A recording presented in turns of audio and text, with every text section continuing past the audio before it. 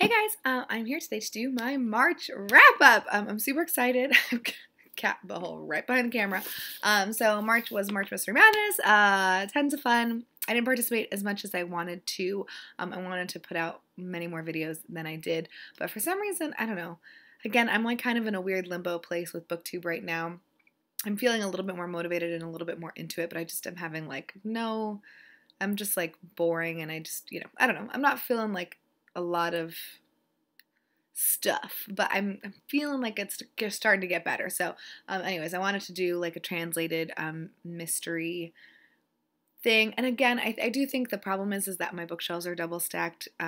So hopefully soon I will finish that or fix that. Anyways, that's not why you're here.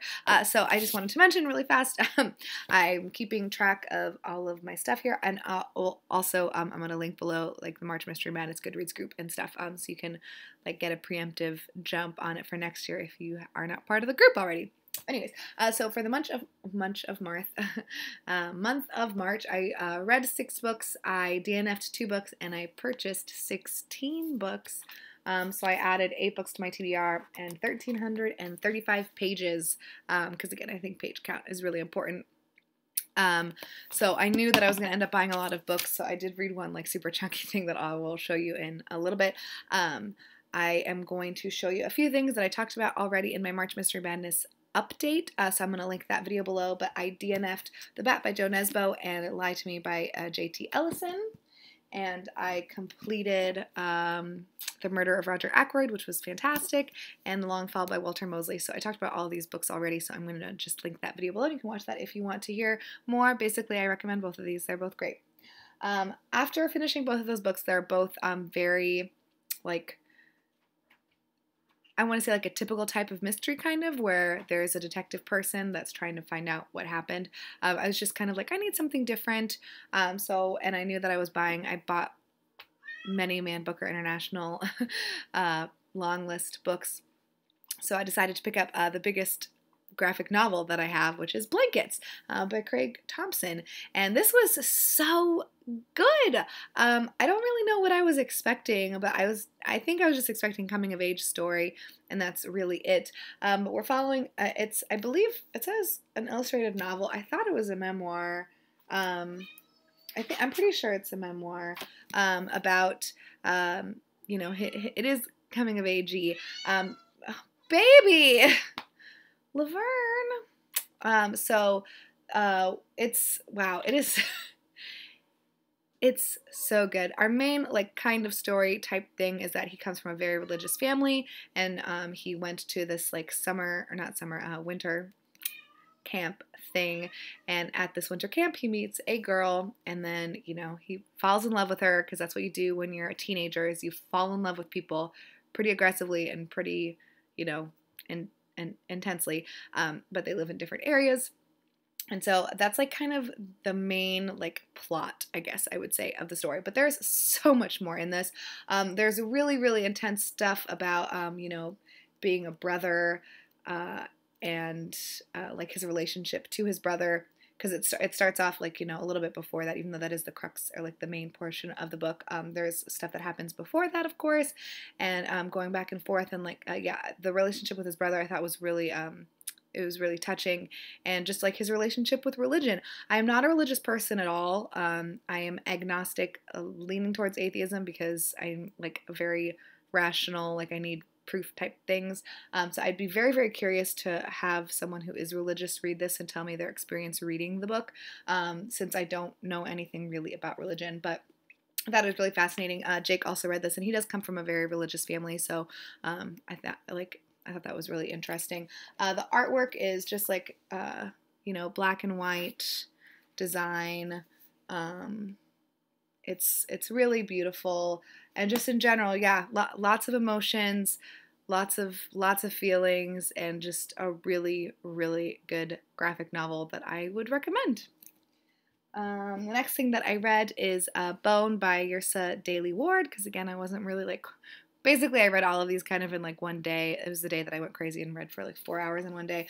This is a poetry collection type situation, and yeah, this was also really, really good. In particular, the one that has stuck with me so much. Let me see. I don't remember, shoot, what the name of it was. Maybe if I look at the table of contents. See, someone who's more professional would have looked this up ahead of time, because that would be nice. Some Kind of Man. I think it's that one. Let me see.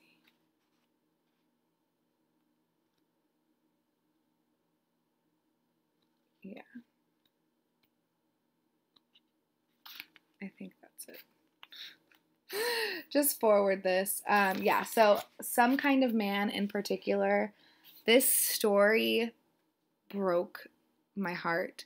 It's like a, a prose poetry type collect. Like there's, different types of poems, but this, like, in particular, I just found so moving, and just thinking about it is making me tear up again. Classic. Yeah, it was great. I got this in my Noir Reads box. I'll link that below as well. Yeah, very, very good. I think literally everything that I read this month ranged from the 3.5 to the 4.5. Everything was just like very, very good. So I don't remember exactly what I gave this. Probably 3.5. I don't know. Next, I finished Brain on Fire, which was my pick for opposite for March Mystery Madness. And this is Brain on Fire by Susanna Cahalan. My Month of Madness. This is a memoir about her time in the hospital because of some unknown thing that was happening to her brain. And yeah, oh my goodness, this was so good. Okay, so I probably also gave us like a 3.5, maybe a 4. But yeah, so it's broken up into 3 sections. There's, her like being kind of weird, and then her and them trying to find out what is wrong with her, because she finally like has a significant enough thing where they actually believe that there's something physically wrong with her. And then the last portion is like her recovery and all of that kind of stuff.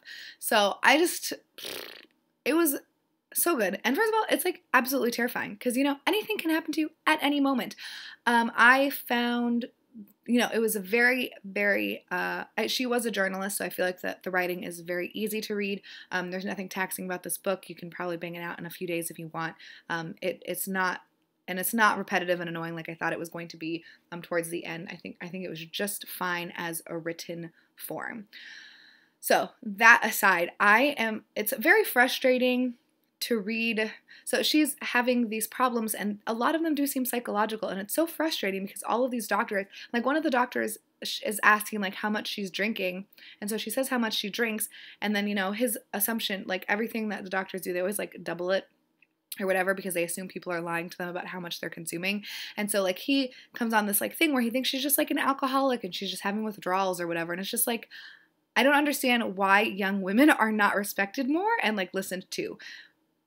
We understand if there's something wrong with our bodies. I mean, she was kind of hesitant. She didn't want to admit that there was a problem. But yeah, that's so frustrating to me. Like, come on. Excuse me, I almost cursed. I try not to curse on my channel, but like, I want to throw an expletive in there because it drives me crazy. Second of all, I thought that the science portion of this book was so good. So I am a nurse and I have gone to nursing school. And so I knew a lot of the stuff. So again, I don't know if this is true for everyone, but in my opinion, I feel like the science portion of this, when she's going into the different parts of the brain and like, what exactly it is that happened to her, I think she did it very, very well. It was very simple. It's not like again, in my opinion, it doesn't like assume that you know a lot. So it explains it, but not in so simple of a way that it would bore you if you already knew what was happening. So it just kind of felt like a little refresher for me. And I thought it was really interesting and fascinating.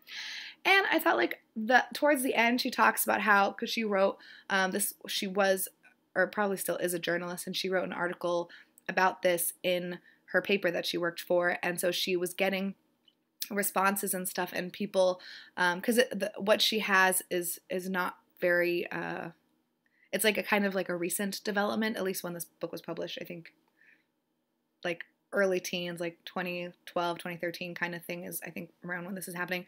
It's not widely known, and so there's a bunch of people that are sending her messages and stuff and saying how like, we were able to diagnose this and all of this kind of stuff, and it like definitely made me cry because like, I don't know. That kind of stuff really, really touches me when, you've done something that that helps other people. I think it's absolutely beautiful. So all in all, I definitely recommend this. I think it's, again, good, quick, informative, and just fascinating and terrifying. So probably a 3.5 or a 4 also. I don't remember. And the last thing that I have to talk about is Ariana Harwitz, Die, My Love, translated by Sarah Moses and Carolina Orloff. This is from the Man Booker International long list. This was very, very beautiful. If you're into reading books because of the writing style, I would suggest this. The prose is excellent. It's not a plot-heavy book or anything, so if you're kind of the type of person who needs like bang bang, here she goes, that's not happening in this book. It's just like a quiet, like pensive, you know, woman's mind and how unhappy she is and the different emotions that she's experiencing being a wife and a mother and how unhappy she is with that and what she's trying to do to not do those things, but how she's trying to come more not to terms. Shoot, I'm not good at speaking.